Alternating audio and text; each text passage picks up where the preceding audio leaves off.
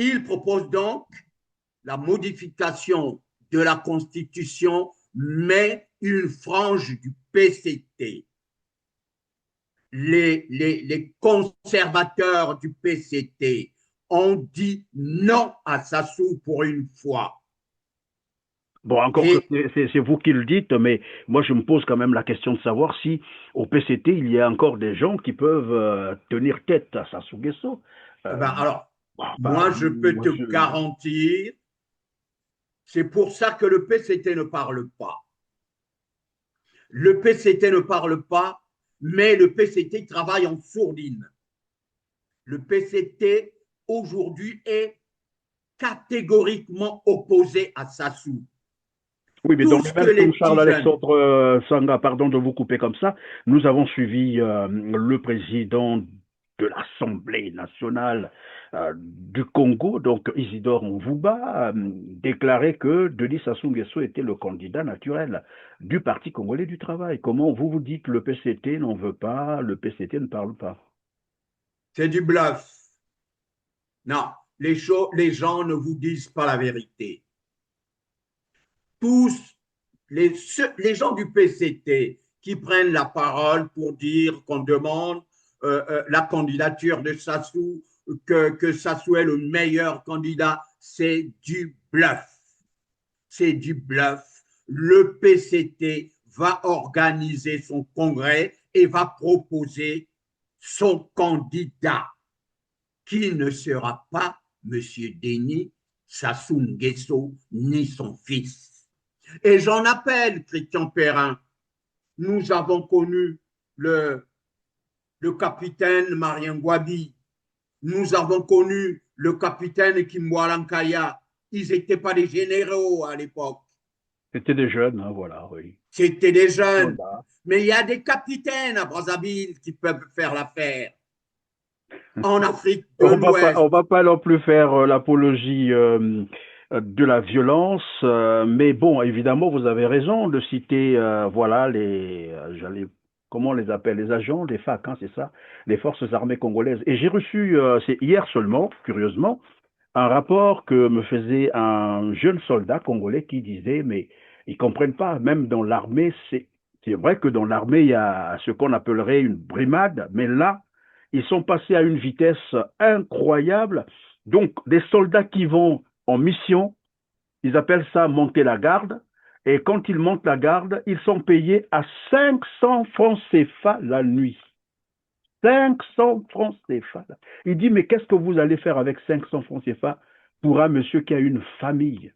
Et lorsqu'on nous envoie le budget, le monsieur coupe. En fait, il parlait du général Olesongo, qui brime les soldats, qui brime les militaires, les gendarmes, qui brime, il parlait même de la marine, voilà, les gens qui montent la garde au port, un peu dans ces services.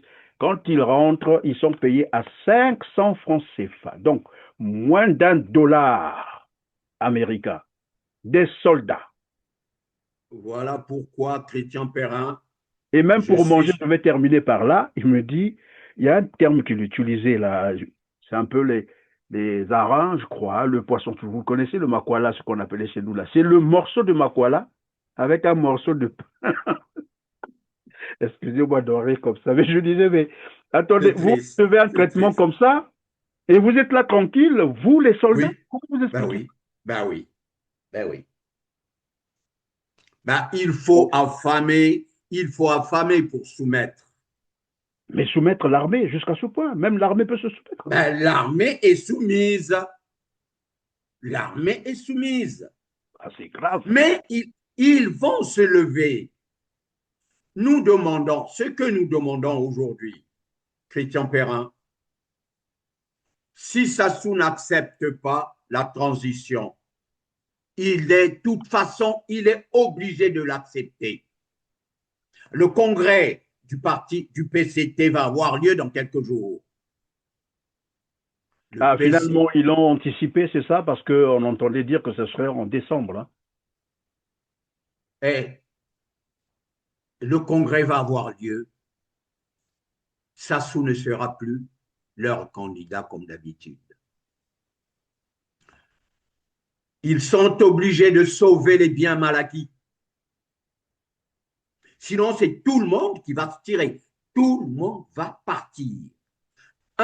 Nous, si Sassou n'accepte pas un dialogue, si Sassou n'accepte pas de céder le pouvoir à la nouvelle transition, nous allons militer tous les jours pour qu'il y ait un soulèvement populaire qui va balayer tout le monde. J'ai suivi et j'ai lu sur les réseaux sociaux, disons, un débat qui a été engagé sur les primaires du candidat de la diaspora. Candidat de l'opposition congolaise. Une primaire, ça vous dit quelque chose? Excuse-moi du terme, mais c'est une foutaise. Carrément, une Ben, foutaise. c'est une foutaise. Et il y a des égaux dans la diaspora. Oui. C'est Mikwiza, Alphonsine Mikwiza qui a lancé cette idée. Bon, je vais Bon, pas la qualifier. on peut le lui concéder, hein, c'est normal. Ah, elle Chacun a est libre de raison. ses opinions. Mais sauf que moi, je vais Oui, vous poser cette question parce que j'ai non. réfléchi tout de même, où je me disais, mais attendez, est-ce que le problème qui se pose au Congo, c'est un problème de candidature unique ou bien du système qui est installé au Congo? Vous avez beau avoir un candidat unique, mais tant qu'il sera face à Denis Sassou Nguesso, Sassou Nguesso va tricher. Il a la machine avec lui. Donc, ce n'est même pas un Euh, problème de candidature unique ou des multiples candidatures. Même s'il y avait 1000 candidats de l'opposition, dans une élection transparente, équitable, pour, démocratique, Sassou sera battu. pourquoi Même si vous Christian mettez un Perrin? seul candidat, même si vous mettez Dieu là, quelqu'un disait ça sur ce même plateau, prenez Dieu, mettez-le là, devant Sassou, dans les conditions d'organisation de l'élection au Congo, Sassou va toujours tricher, même devant Dieu. Un, un candidat de la diaspora, pourquoi? Pourquoi faire? Puisque l'élection n'aura pas lieu. C'est moi qui te le dis. Ah. L'élection Christian Perrin n'aura pas lieu.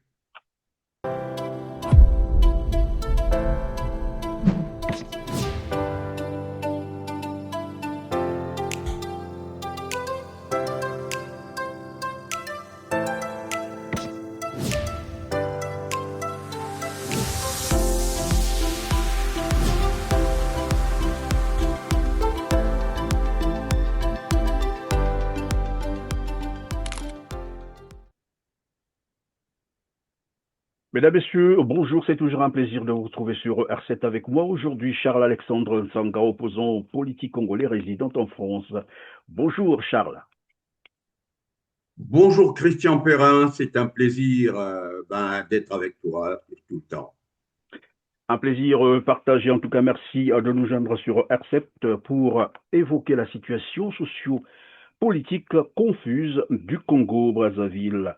Albert Camus disait, mal nommer les choses, c'est contribuer au malheur du monde. Et donc, parler d'une élection présidentielle au Congo-Brazzaville avec Sassou Nguesso, c'est aussi ajouter le malheur aux Congolais qui n'en peuvent plus, réduits à l'esclavage, et qui ne rêvent plus que se débarrasser de Denis Sassou Nguesso, qui, comme vous le savez, est revenu au pouvoir par coup d'État militaire et s'y maintient par coup d'État permanent avec l'organisation, tout le monde le sait désormais, des parodies d'élections ou des changements de constitution à sa guise. Denis Sassou Nguesso est illégitime et ça, il faut le rappeler aux Congolais.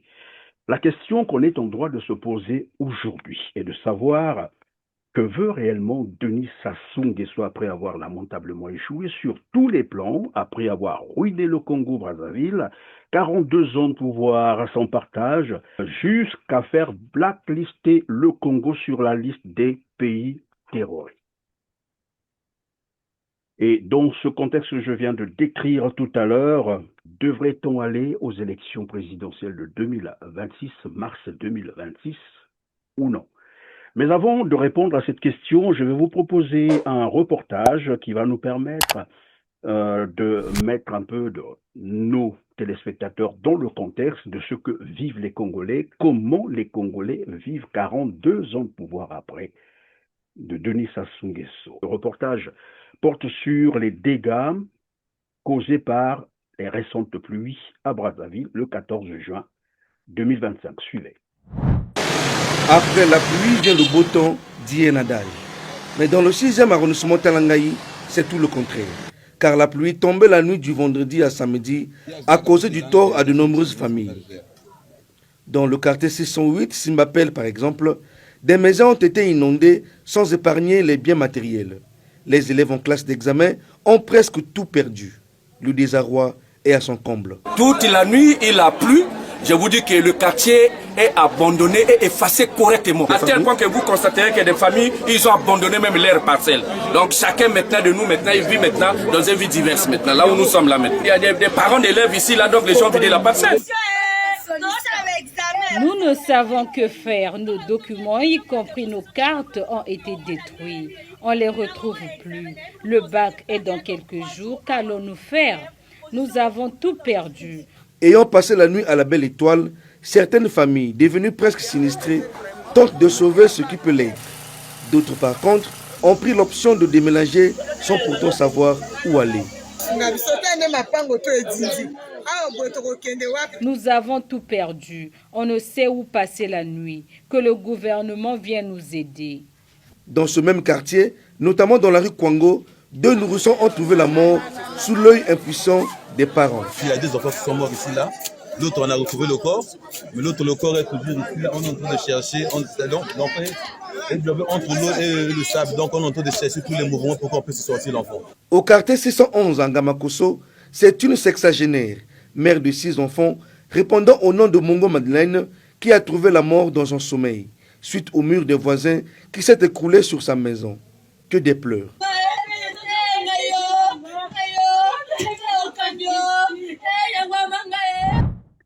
Voilà, Charles-Alexandre Nsanga.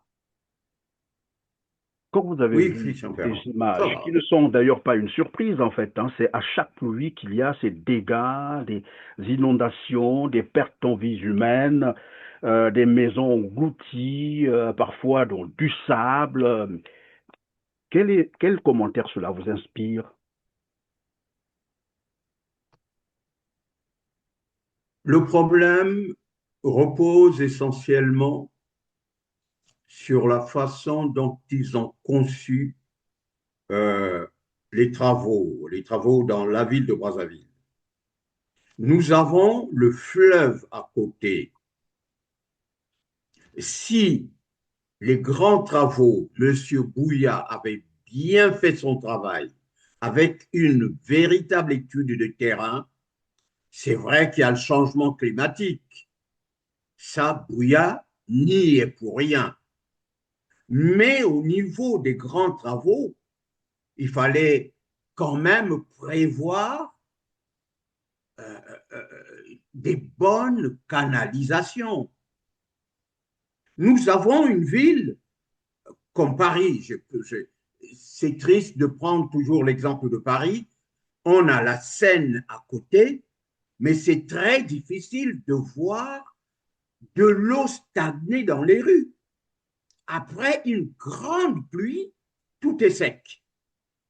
Mais parce que ça a été prévu par ceux qui ont conçu d'abord les canalisations de la ville. Mais Bouya a reçu des milliards pour ça. Non seulement qu'il a été ministre des Travaux publics, mais en même temps le grand patron des grands travaux. Mais il n'en a rien fait. Aujourd'hui. Pendant que vous le dites, Charles-Alexandre Nsanga, évidemment, vous pointez du doigt la mauvaise urbanisation, il faut dire comme ça, de la ville. Et le Brazzaville, il faut le rappeler peut-être ici, a bénéficié de 3 ans de municipalisation successive. Et c'est à coût des milliers de milliards. Curieusement, et c'est ça qu'il faut aussi noter, finalement, Bouya est parmi les plus grands milliardaires du Congo-Brazzaville. Il compte, je crois qu'il doit culminer autour de 2000 milliards de francs CFA de fortune, alors que Bouya n'est pas un homme d'affaires. Bouya, c'est un fonctionnaire de l'État qui se retrouve avec des milliers de milliards dans ses comptes planqués dans les paradis fiscaux. Alors, tu viens de dire que la municipalisation accélérée de Brazzaville a reçu plusieurs fois des milliards rien que pour essayer d'urbaniser la ville de Brazzaville. Mais il y a l'exemple d'un tronçon, une route qui a pris des milliards, mais qui n'a jamais vu le jour. Les milliards qu'ils ont reçus, je crois déjà l'avoir dit dans une de mes interventions, c'est du blanchiment, c'est du recyclage, c'est de l'argent qu'ils ont reçu pour faire des travaux soi-disant, mais il fallait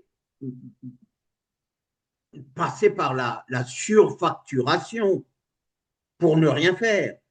Ils ont surfacturé des travaux qui n'ont jamais existé et finalement, pour détourner beaucoup d'argent, tu parles de Bouya. Bouya n'est pas seulement le plus grand milliardaire du Congo. Bouya est plus riche que Donald Trump. Bouya te parle de milliards en dollars. C'est le plus riche, peut-être même de l'Afrique centrale. Voilà. Eh bien, malheureusement, et donc on se rend bien compte que l'argent qui devait servir à améliorer les conditions de vie des Congolais a été détourné, planqué dans les paradis fiscaux. Et d'ailleurs, dans le rapport des Panama Papers, on notifié qu'il y a 5, non 6 dignitaires du pouvoir de Brazzaville, parmi lesquels Denis, Christelle Sassou Nguesso, Jean-Jacques Bouya, Ondongo, Gilbert, vous avez Lucien Ebata, vous avez aussi Rodolphe Adada, Richard Itoa Bruno, à eux seuls ont planqué 5 500 milliards de francs CFA. Je répète, 5 500 milliards de francs CFA dans les paradis fiscaux. Et dans le même temps, voici ce que les Congolais vivent, c'est-à-dire toutes les fois qu'il y a une pluie, ce sont des inondations, des pertes en vies humaines, les maisons s'engloutissent, et les gens vivent dans les conditions qu'on vient de voir tout à l'heure dans ce reportage. Charles-Alexandre Sanga, nous sommes toujours sur le social. Je vais vous proposer un autre reportage, mais cette fois-ci, ce sont des avis de grève qui se multiplient au Congo-Brazzaville. À un moment donné, bon, on a tenté un peu de faire diversion, mais les grèves ont commencé depuis fort longtemps, presque dans toute l'administration publique du Congo-Brazzaville. Et depuis hier, les fonctionnaires reviennent à la charge. Je vais vous proposer donc un reportage qui porte sur le SNR, c'est-à-dire le Service national de reboisement qui menace d'aller en grève. Suivez. Suite à la situation précaire que traversent les travailleurs du Service national de reboisement, l'intersyndicat du SNR, qui a analysé cette situation socio-professionnelle, interpelle le ministère de tutelle en vue de l'amélioration des conditions de travail des agents de cette entreprise publique. Ces agents accumulent à ce jour 51 mois de salaire impayé. Les travailleurs du Service national de reboisement exigent du gouvernement le paiement de 13 mois de salaire dans 6 mois de l'année en cours, publication d'un calendrier de paiement des salaires impayés et pensions des retraités, la prise en compte des dossiers des retraités du SNR de 2015 à 2025 par la SNCES et le reversement des cotisations sociales par le Trésor à la SNCES. Le paiement des salaires au même moment que les autres agents de l'État appelés fonctionnaires. Voilà, comme quoi au Congo, plus rien ne marche. Plus rien ne marche, les salaires ne sont pas payés, les bourses ne sont pas payées, les retraités ne sont pas payés. Donc, surtout les retraités, vous savez bien que c'est la couche la plus vulnérable. Ils sont à plus de 40 mois d'arriérés de pension non payés. Les boursiers, donc les étudiants, l'élite de demain, depuis 2018, ne sont plus jamais payés. Ils n'ont plus jamais vu leur bourse. Vous avez donc là une série, évidemment, aussi, des fonctionnaires qui réclament le paiement de plusieurs dizaines de mois d'arriérés de salaire. Je rappelle qu'en CAI, ils sont à 70 mois d'arriérés de salaire. Voilà une menace de grève au SNR. Il n'y a plus d'argent. les fonctionnaires ne sont plus payés, alors que le Congo exporte le bois. Christian Perrin, pour revenir sur la situation générale du Congo, parlons des virements qu'il y a eu le mois dernier. Oui, le mois dernier. Ce qui émarge à la poste, la banque postale. Pourtant, les virements ont bien eu lieu. Mais quand les fonctionnaires arrivent sur leur compte pour faire un retrait, on leur dit il y a bien eu des virements, mais sauf qu'il n'y a rien sur les comptes. Ou encore, il y a eu des virements, mais c'est que la moitié du salaire qui a été viré. Les fonctionnaires de l'intérieur du pays, ils n'ont pas touché leur salaire. Nombreux sont devenus des pêcheurs et des chasseurs. Bon. Comment voulez-vous que cette équipe change le paradigme de la situation? Avec cette équipe, la situation ne peut pas changer aujourd'hui. Et on vient nous parler de l'élection. Ben, une élection, pourquoi faire? Si c'est pour revoir les mêmes personnes au pouvoir, si c'est pour revenir sur la même situation, si c'est pour que les gens... J'ai une amie qui m'a appelé il y a 2 jours. Elle m'a montré 2 billets de 5 000 qui avaient le même numéro. 2 billets de 5 000 avec un même numéro. Comment ça? Elle a trouvé ça où? Ben, au marché, et les gens sont venus faire des courses avec des billets de 5 000, mais sauf que les 2 billets de 5 000 avaient le même numéro, ce qui signifie qu'on paye les gens à Brazzaville avec des faux billets. De la fausse monnaie, pardon. Ah ben avec de la fausse monnaie. La bande, c'est des faussaires. Ils ont la planche à billets à Oyo.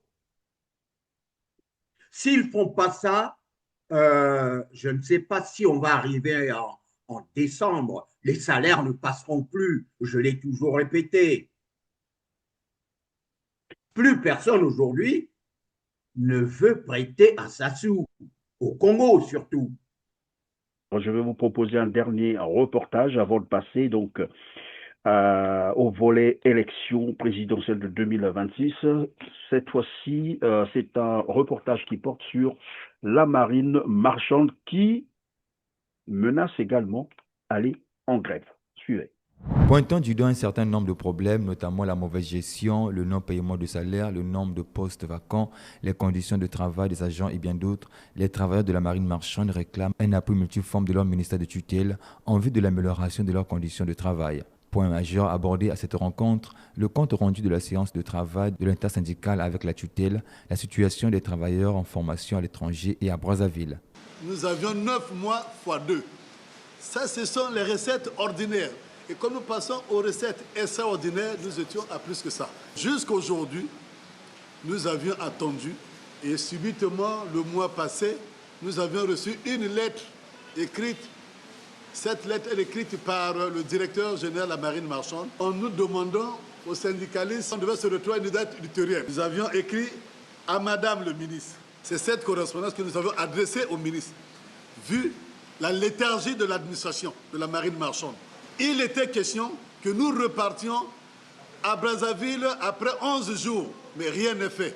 Réunie en Assemblée générale, cette intersyndicale, après moult discussions, décide à l'unanimité de lancer un avis de grève à la suite de la non prise en compte des doléances des travailleurs. Si les décisions de l'Assemblée générale souveraine ne sont pas respectées avant le 20 juin 2025, un mouvement de grève sera observé et l'arrêt des inspections des navires. Voilà, Charles-Alexandre Sanga, plus rien ne marche au Congo, plus rien ne va au Congo. Le Congo a été ruiné. Quelqu'un disait que c'est un pays pauvre, mais c'est le cas de dire que non, c'est une mauvaise formulation. Le Congo est un pays richement béni, richement doté des ressources naturelles, pétrole, bois, gaz, minerais, mais un pays qui a été appauvri par le régime en place, le régime PCT incarné par Denis Sassou Nguesso. Et vous le savez, Denis Sassou Nguesso est en visite à Paris dernièrement. Nous avons reçu sur ce même plateau un invité qui nous disait qu'il lui avait été fait injonction, c'est Modeste Boukadia qui nous le disait, qu'il lui a été fait injonction d'organiser une transition politique au Congo-Brazzaville. Mais depuis qu'il est rentré, je ne sais pas si vous l'avez constaté, c'est le silence total. Pourtant, avant, on avait même noté à un moment donné, on a observé, ils avaient commencé à battre campagne, comme qui dirait, un peu partout dans le pays, on a vu. Mais depuis qu'il est rentré de Paris, c'est un silence total. Comment interpréter ça? Qu'est-ce qui se passerait? Christian Perrin, Boukadia le grand Boukadia a eu totalement raison de parler des injonctions de la France. Le Congo aujourd'hui, il nous impose d'aller à une concertation inclusive, consensuelle, qui est la meilleure solution pour notre pays. Les Occidentaux, la diaspora, l'opposition sur le terrain, l'opposition active sur le terrain, la demande, la concertation. Tout le monde la demande de tous leurs vœux. Sassou s'est retranché dans son village, à Oyo. Il est en conclave à Oyo avec toute la famille. Il rejette, ça je suis obligé de vous le dire, il rejette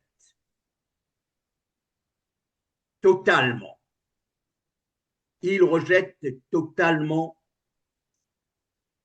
l'idée qui a été formulée, l'idée du dialogue. Il la rejette totalement. Il ne veut pas entendre parler de la transition.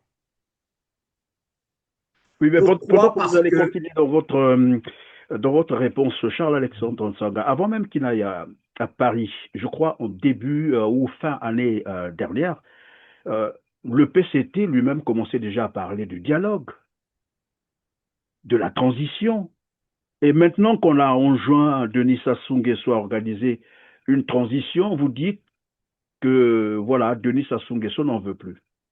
C'est ça. Sassou ne veut pas de la transition parce que c'est un danger pour lui. Sassou se dit qu'ils l'ont raté pendant la conférence nationale. Ils l'ont raté, mais cette fois-ci, s'ils leur accordent cette concertation qui peut conduire à une transition, ils ne le rateront pas.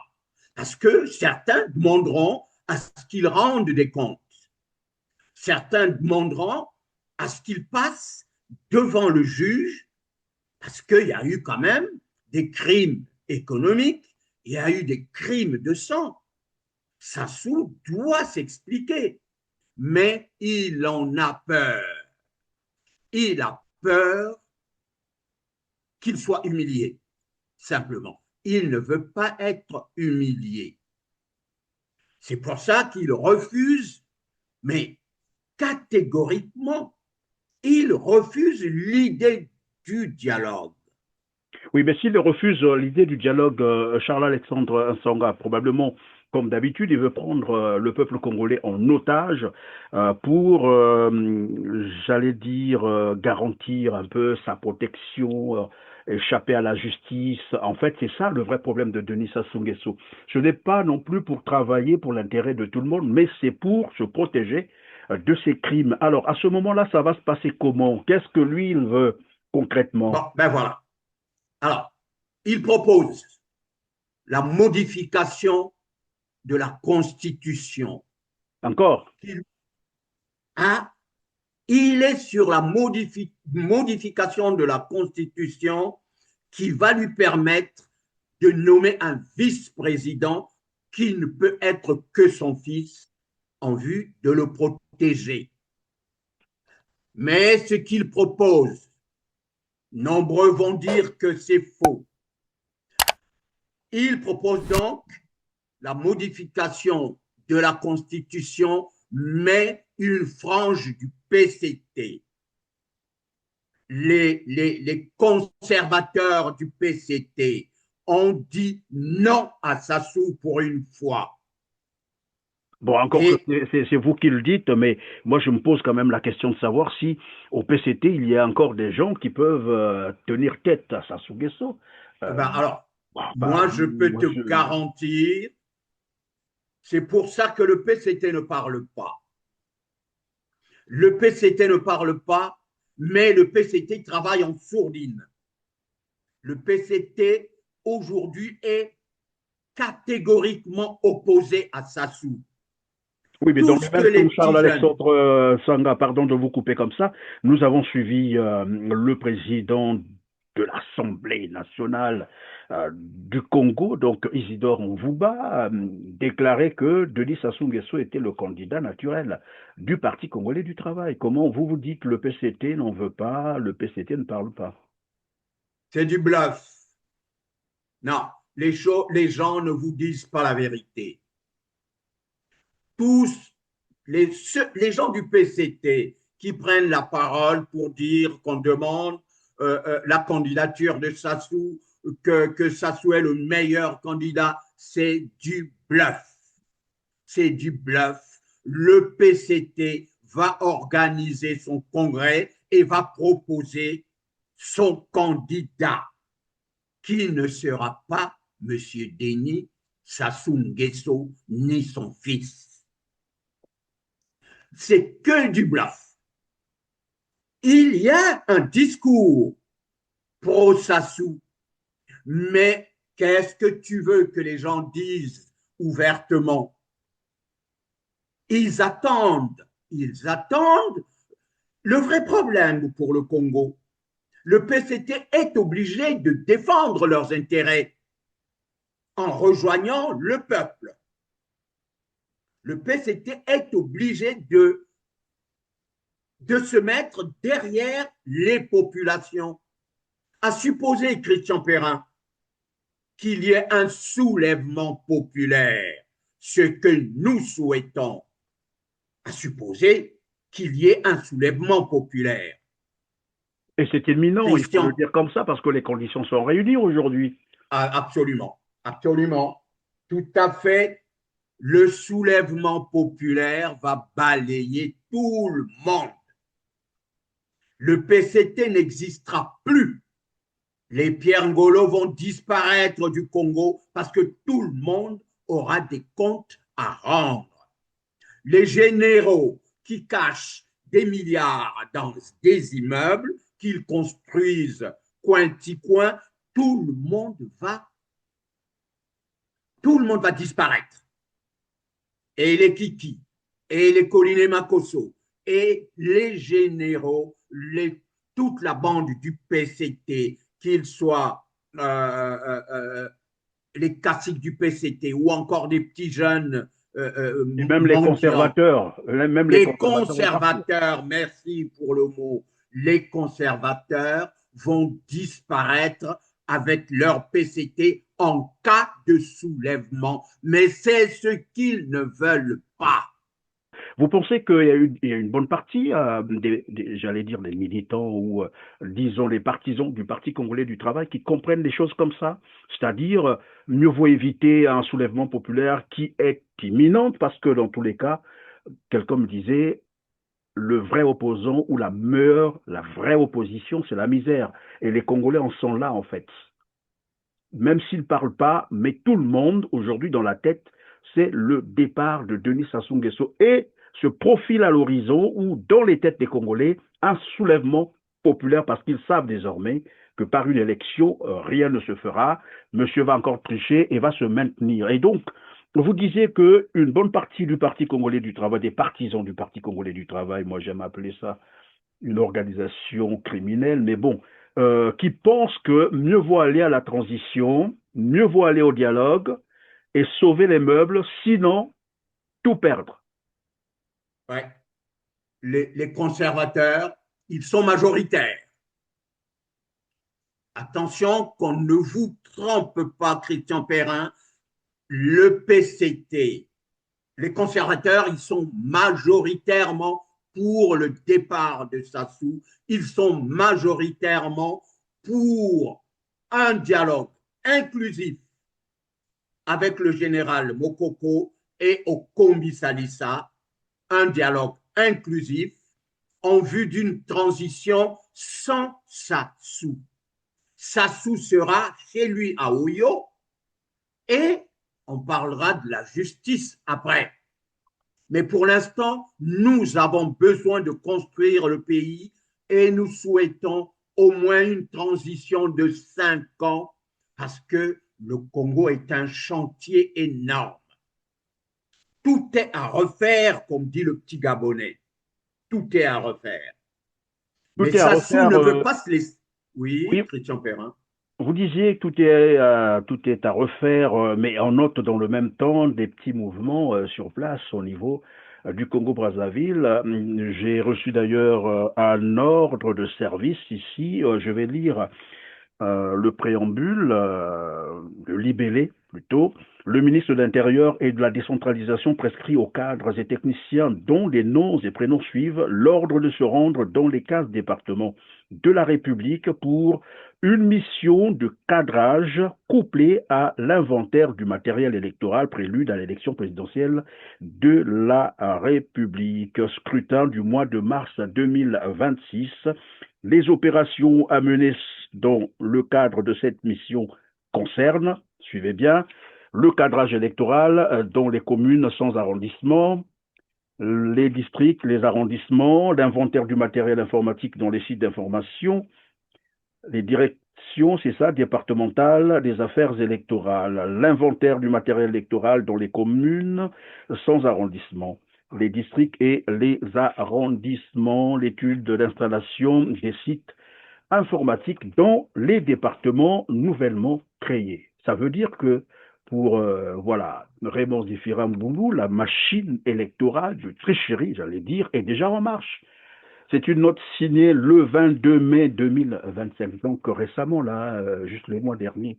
On a déjà mis en mission les partisans du PCT pour aller préparer la tricherie. Qu'est-ce que tu ne comprends pas, Christian Perrin? Mboulou, en cas de dialogue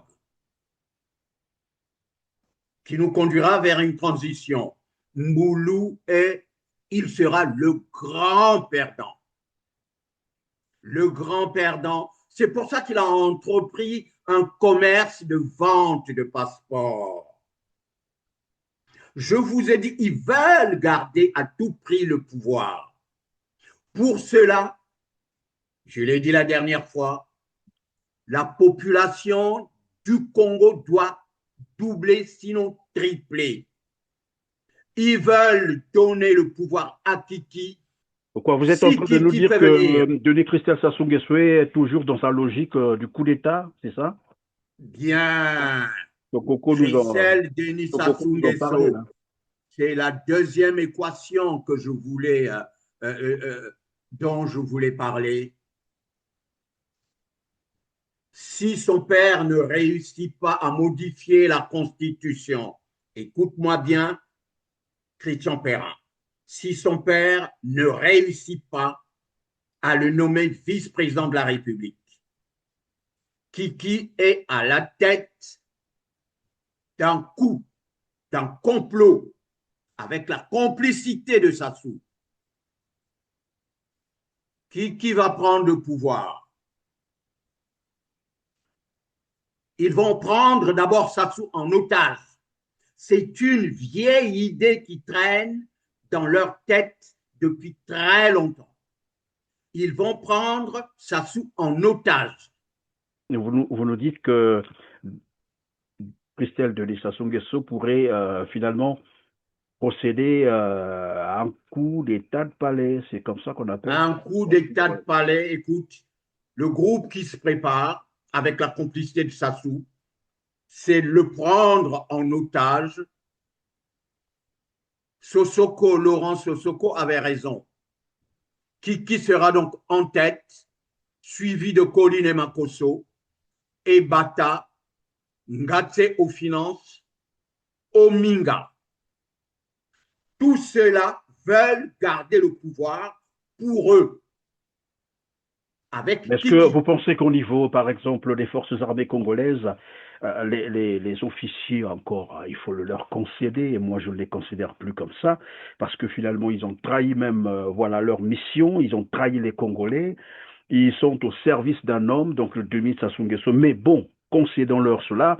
Est-ce que vous pensez qu'au niveau des forces armées congolaises, une telle activité pourrait passer, c'est-à-dire une telle option où Denis Christel Sassou Nguesso opérait par exemple un coup d'état de palais? Ça peut se passer avec l'aide de quelques militaires. Ça peut se passer avec l'aide de quelques militaires et c'est préparé en sourdine par Sassou lui-même. Rien que pour qu'il soit à l'abri de tout, des poursuites. Oh. Mais il y a encore une autre hypothèse, une autre équation avec la même inconnue. Et cette fois-ci, c'est un groupe en uniforme. Pourquoi je mets tout ça sur la place publique? Parce que je ne veux pas que le sang coule. Je ne veux pas qu'on tue Sassou. Sassou doit nous rendre des comptes. Moi, je mets tout ça sur la place publique parce que je milite pour une transition normale. Je milite pour un dialogue, d'abord, peut-être de 45 jours, on ne sait jamais. Je milite pour une transition. Alors, il y a des hommes en uniforme à la tête desquels se trouve Oboa. Retenez bien ce que je vous dis. Je fais tout ça. Moi j'ai toujours coutume de dire les noms sont odieux. Bah, c'est vous qui les citez. Moi, je les cite. Vous avez les éléments pour voilà, vous défendre à ce niveau, pourquoi pas. Et donc, oui, moi, je suis là à vous écouter. Tu sais, Christian, pourquoi je les cite? Pour casser leur business. Je milite pour la transition. Si vous cassez leur business, vous sauvez Sassou Nguesso, c'est ça? Je ne sauve pas Sassou Nguesso. Sassou Nguesso ne sera jamais sauvé par un soulèvement populaire. Il ne sera jamais sauvé. Je sauve Sassou Nguesso en partie pour qu'il accepte la transition simplement. Non, moi j'arrive à vous croire, hein, Charles-Alexandre Tsonga. Vous savez, à un moment donné, vous avez donné les informations que les gens boudaient partout, ça s'agitait pour dire, mais non, il raconte n'importe quoi. Comment il peut donner les informations comme ça? Vous vous souvenez, lorsque vous avez lâché l'information sur Norbert Dabira? Bien. Moi, j'ai reçu beaucoup de coups de fil où des gens, mais ils m'ont chargé. J'ai dit, mais c'est lui qui a donné l'information. Il m'a rassuré qu'il a l'information à la source. Il m'a même donné quelques éléments d'appréciation. Voilà pourquoi j'ai accepté de faire passer. Mais évidemment, maintenant, les gens se rendent compte que c'était vrai. Au début, les gens croyaient pas. Voilà. Oh. Ben voilà. Et pourquoi Sassou a lancé une fatwa contre Dabira? Et pourtant, Dabira fait partie de ce qu'on appelle l'autorité de la chose jugée. Il a été jugé, il a été condamné, il a purgé sa peine. Pourquoi Sassou ne veut plus le voir au Congo? Pourquoi Sassou cherche à le tuer? Écoute, Christian Perrin, je suis ce qu'on appelle chez nous, mon grand-père disait, je suis le cul, je suis les fesses d'un chien qui ne porte pas de culotte. J'ai sorti l'histoire de Dabira. Je ne vous donne pas la source. Non, mais c'est une source. C'est une source présidentielle. Les sources, il faut les protéger. Bien, on les protège. Alors, c'était une source présidentielle. Tout le monde m'a dit, non, c'est des conneries que tu racontes. Dabira n'a pas été parlé au juge. Aujourd'hui, ça arrive ici. Il cherche à supprimer Dabira. Pourquoi? Alors que Dabira a purgé sa peine. Voilà. J'ai toujours l'habitude de dire Monokonanga Inganga. Évidemment, donc, mais j'ai pas fini. J'ai pas fini. Oui, au Silicité. Donc, évidemment, vous étiez en train de dire. Alors, les hommes ont trahi, les hommes en uniforme, avec Oboa à la tête du groupe, suivi d'Edgar Nguesso et Akwangé. Eux, ils veulent mais préparer un vrai coup d'État. Oui, mais pourquoi est-ce que vous mettez ça à la place publique comme ça, des informations que... Christian Perret, encore une fois, c'est parce que ces gens-là, ils sont dans un système, ils ne veulent pas perdre, ils ne veulent pas changer de paradigme. Nous, ce que nous voulons, c'est voir le Congo, voir des gens corrects. Alors que si j'ai bien compris, pardon, Charles-Alexandre Tsanga, vous êtes en train de citer ces noms pour court-circuiter leur plan, question d'éviter que ces gens-là se maintiennent au pouvoir pour continuer à faire souffrir les Congolais, c'est ça? Exactement. Christian Perrin, tu as compris mon truc. La transition viendra pour changer les choses. Même si tout le monde n'a pas la même vision, l'essentiel est que tout le monde, ceux qui seront à la transition ou ceux qui auront les règnes du pays, qu'ils pensent Congo, qu'ils mangent Congo, qu'ils dorment Congo et tous les jours, comme un peu ce que je vis dans ma chair. Moi, je pense Congo. Pourquoi? Est-ce que franchement, dans ma situation, j'ai besoin de crier tous les jours? Il y a des gens qui pensent que je n'ai rien à faire. Mais non, c'est parce que j'aime le Congo, j'aime le pays. Et c'est pour ça que je suis en train de soutenir certains opposants sur le terrain qui sont corrects et qui disent les choses en faveur du peuple.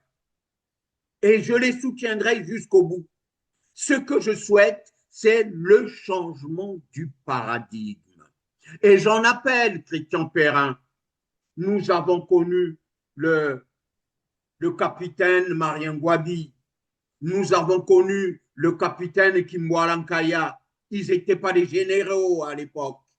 C'était des jeunes, hein, voilà, oui. C'était des jeunes. Voilà. Mais il y a des capitaines à Brazzaville qui peuvent faire l'affaire. En Afrique de l'Ouest. On ne va pas non plus faire l'apologie de la violence, mais bon, évidemment, vous avez raison de citer, voilà, comment on les appelle, les agents des FAC, hein, c'est ça, les forces armées congolaises. Et j'ai reçu, c'est hier seulement, curieusement, un rapport que me faisait un jeune soldat congolais qui disait, mais ils ne comprennent pas, même dans l'armée, c'est vrai que dans l'armée, il y a ce qu'on appellerait une brimade, mais là, ils sont passés à une vitesse incroyable. Donc, des soldats qui vont en mission, ils appellent ça monter la garde. Et quand ils montent la garde, ils sont payés à 500 francs CFA la nuit. 500 francs CFA. Il dit, mais qu'est-ce que vous allez faire avec 500 francs CFA pour un monsieur qui a une famille? Et lorsqu'on nous envoie le budget, le monsieur coupe. En fait, il parlait du général Olesongo, qui brime les soldats, qui brime les militaires, les gendarmes, qui brime, il parlait même de la marine, voilà, les gens qui montent la garde au port, un peu dans ces services. Quand ils rentrent, ils sont payés à 500 francs CFA, donc moins $1 américain, des soldats. Voilà pourquoi Christian Perrin... Et même pour manger, je vais terminer par là, il me dit, il y a un terme qu'il utilisait là, c'est un peu les harengs, je crois, le poisson, vous connaissez le makwala, ce qu'on appelait chez nous là. C'est le morceau de makwala avec un morceau de pain. Excusez-moi de rire comme ça, mais je disais, mais attendez, vous recevez un traitement comme ça, et vous êtes là tranquille, vous les soldats, Oui. comment vous expliquez? Ben oui, ben oui, ben oui. Ben, il faut affamer pour soumettre. Mais soumettre l'armée jusqu'à ce point, même l'armée peut se soumettre. Ben, l'armée est soumise. L'armée est soumise. Ah, c'est grave. Mais ils vont se lever. Nous demandons, ce que nous demandons aujourd'hui, Christian Perrin, si Sassou n'accepte pas la transition, de toute façon, il est obligé de l'accepter. Le congrès du parti du PCT va avoir lieu dans quelques jours. Finalement, ils l'ont anticipé, c'est ça, parce qu'on entendait dire que ce serait en décembre. Hein. Et le congrès va avoir lieu. Sassou ne sera plus leur candidat comme d'habitude. Ils sont obligés de sauver les biens mal acquis. Sinon, c'est tout le monde qui va se tirer. Tout le monde va partir. Nous, si Sassou n'accepte pas un dialogue, si Sassou n'accepte pas de céder le pouvoir à la nouvelle transition, nous allons militer tous les jours pour qu'il y ait un soulèvement populaire qui va balayer tout le monde. Mais évidemment, quand vous dites ça, les éléments sont déjà réunis. Hein, ça, c'est ce qui est vrai. Hein, ceux qui sont sur place peuvent nous dire. Et je ne pense pas que les adeptes du PCT diront le contraire. Je ne pense pas. Vous avez vu les images, comment les Congolais vivotent. Pas d'eau, pas d'électricité, les routes sont délabrées, les Congolais vivent dans les immondices, pas de salaire. Encore, on va dire oui, on paye les salaires, mais combien paye-t-on à ces fonctionnaires? Et je disais sur ce même plateau, le Congo, c'est un des rares pays où les fonctionnaires de l'État sont pauvres, sont des pauvres, des malheureux. C'est pas croyable, c'est inimaginable. Alors, vous voyez ce que vivent aujourd'hui, et j'ai aussi reçu un rapport comme ça sur les agents, les cheminots. Le monsieur me dit, vous savez, désormais, quand vous allez même chercher un loyer, dès que vous vous présentez, que vous êtes cheminot, le propriétaire se retourne, c'est fini, il ne veut même plus vous écouter. Et vous voyez les cheminots qui étaient des cracks, des gens qu'on respectait. Moi, je me rappelle encore en ce temps-là, un cheminot. Regardez qu'est-ce qu'on a fait les cheminots. Et tout à l'heure, je vous ai parlé des soldats, des militaires qui ont des primes de 500 francs CFA après avoir monté la garde. Et lorsqu'on sait que l'armée gère des gros budgets, c'est je crois, le département qui bénéficie de beaucoup plus d'attention, d'ailleurs, même de donner ça sous les choses. C'est un budget qui va dans l'ordre de 300 milliards années, pendant plusieurs années. Mais regardez comment on traite les soldats. Mais cet argent est détourné. Totalement, mais puisque les généraux sont devenus des milliardaires, c'est au Congo qu'on a vu les militaires milliardaires, ça devient un danger en plus. Écoute, dans des pays développés comme la France, un général ne peut pas être milliardaire, à moins s'il gagne au loto. Un général d'armée milliardaire, non, c'est un fonctionnaire. Mais vous avez raison de le dire parce qu'un général, un soldat, devenir milliardaire, c'est qu'il vole. Parce que l'armée, à ce que je sache, à moins que les choses changent, il est interdit aux soldats de faire les affaires. Absolument. De tout le monde. Un fonctionnaire, tout fonctionnaire ici en France est interdit de faire les affaires. Et donc, on ne peut pas devenir milliardaire comme ça, surtout pas dans l'armée, parce qu'on devient un danger en plus. Ici en France, il y a une loi. Tu es fonctionnaire, tu ne peux pas faire des affaires. Tu fais les affaires, tu démissionnes. Alors que le Congo copie évidemment, c'est les mêmes lois que. Eh oui, exactement. Alors, Charles-Alexandre Nsanga, nous sommes à la fin de cette émission. Ça a été un plaisir de vous avoir reçu une fois de plus sur notre plateau. Je vais vous laisser donc le peu de temps qui nous reste pour conclure. Probablement que vous avez une préoccupation qui va compter pour le mot de la fin. Je voulais rajouter quelque chose. Notre Ngatse, le champion de la finance qui n'a jamais fait des études de finance, il vient d'acheter un grand domaine, mais un domaine de plus d'1 milliard d'euros en Allemagne.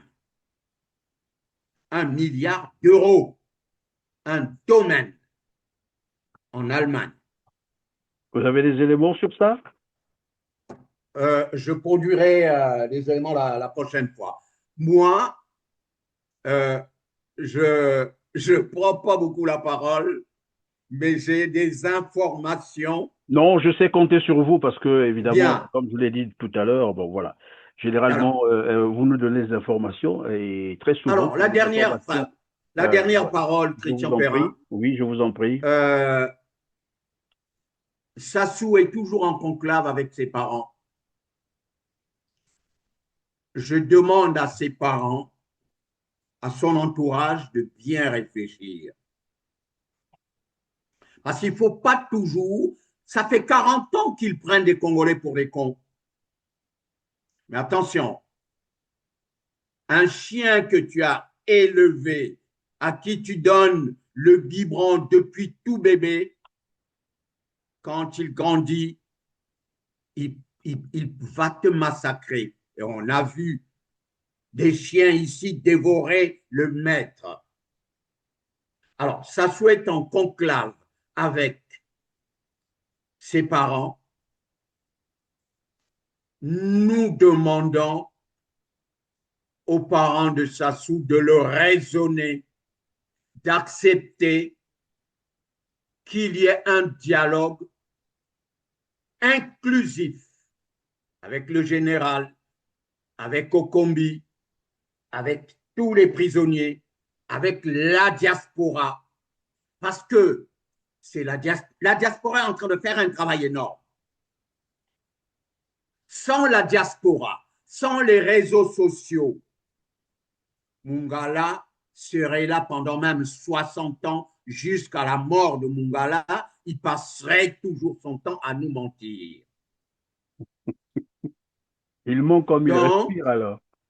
Je demande aux parents de Sassou de le raisonner, qu'il accepte un dialogue qui va nous conduire à une transition apaisée. Avec des gens intègres. On les trouvera. Les gens intègres, c'est pas ce qui... Charles-Alexandre Nsanga, une question de dernière inspiration. J'ai suivi et j'ai lu sur les réseaux sociaux, disons, un débat qui a été engagé sur les primaires du candidat de la diaspora. Candidat de l'opposition congolaise. Une primaire, ça vous dit quelque chose? Excuse-moi du terme, mais c'est une foutaise. Carrément, une foutaise. C'est une foutaise. Et il y a des égos dans la diaspora. Oui. C'est Mikwiza, Alphonsine Mikwiza qui a lancé cette idée. Bon. On peut lui conseiller, hein, c'est normal. Elle a raison. Ses opinions.